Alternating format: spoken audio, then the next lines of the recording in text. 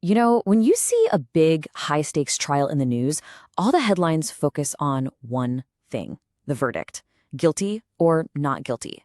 But what if that doesn't tell the whole story? What if the real story is about whether the game itself was played fairly? Today, we're diving into a major case to ask a really important question. What happens when the very process of justice seems to be on trial? Now, that quote from the Supreme Court, it's not just some fancy legal talk. It's really the core promise of the whole American legal system. It means that how we get to a verdict is every bit as important as the verdict itself. But you have to ask, is that promise always kept? So let's be super clear. This isn't about taking sides on guilt or innocence.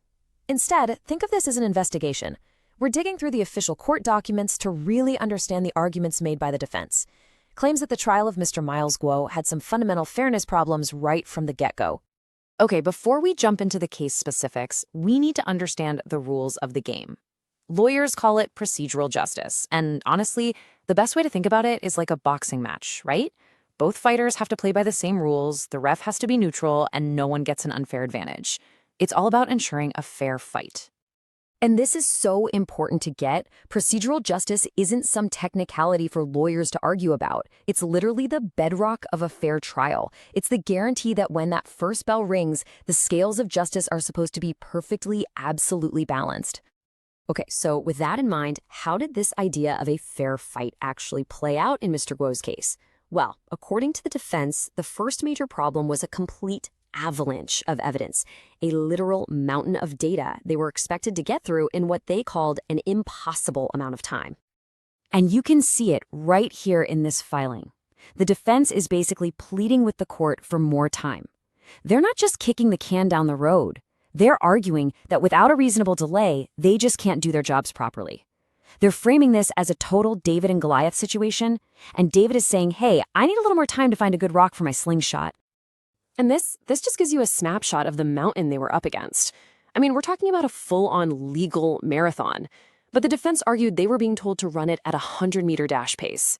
You've got thousands of pages to read, thousands of hours of video, translation work, all while trying to meet with your client in a detention center. The defense put a simple question to the court. How can we possibly put up a fair fight with one hand tied behind our back? But it wasn't just about the prep work. Oh no. The defense argued that once the trial actually got started, the courtroom itself was, well, a hot mess. According to the official trial record, a whole series of technical glitches and translation problems created chaos and raised serious questions about the trial's integrity. Okay, just imagine this for a second. You're the defense lawyer. You're on your feet, ready to cross-examine a crucial witness. But you can't. You're completely stalled because a key piece of evidence hasn't even been translated for you. I mean, that's not just a small problem. That goes right to the heart of being able to challenge the case against you. And believe it or not, it gets even crazier. At one point, the defendant himself, Mr. Guo, couldn't even hear the interpreter translating the testimony being used against him. Think about that. How in the world are you supposed to participate in your own defense if you can't understand what's being said? It's like being in a fight with a blindfold on.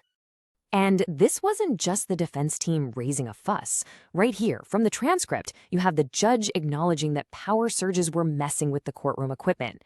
This points to a bigger picture, right? A system under so much strain that even the basic mechanics were failing. So you have issues with prep time, you have issues inside the courtroom, but the defense argued there was another huge layer to this story, happening outside the courthouse doors. They claimed Mr. Guo wasn't just any defendant, he was the target of a massive, ongoing campaign of intimidation by a foreign power designed to silence him. Yeah, in the documents they filed, the defense laid out this pretty frightening picture of a man who was constantly under attack. We're talking alleged cyber attacks, round-the-clock surveillance, even claims of agents being sent to infiltrate and disrupt events. Their point was, you can't possibly understand this case without understanding the climate of fear they say surrounded it. And this is where things get really contentious. The defense says, look, we have all this evidence of threats, but they claim the prosecution just wouldn't engage with it.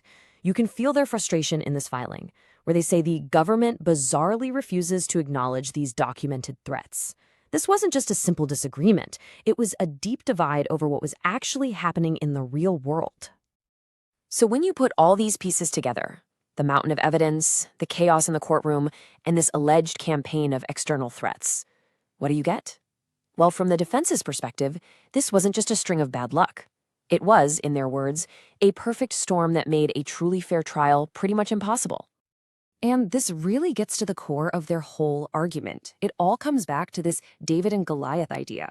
On one side, you have the United States government with its almost unlimited resources, its teams of lawyers, its public funding. And on the other side, one defendant, trying to build a case while in detention. The question the defense raises is a big one. In a fight that seems so lopsided, can justice really be balanced? So let's just recap the defense's main points. They argued it wasn't one single thing, but a whole domino effect. They felt they didn't have nearly enough time to prepare.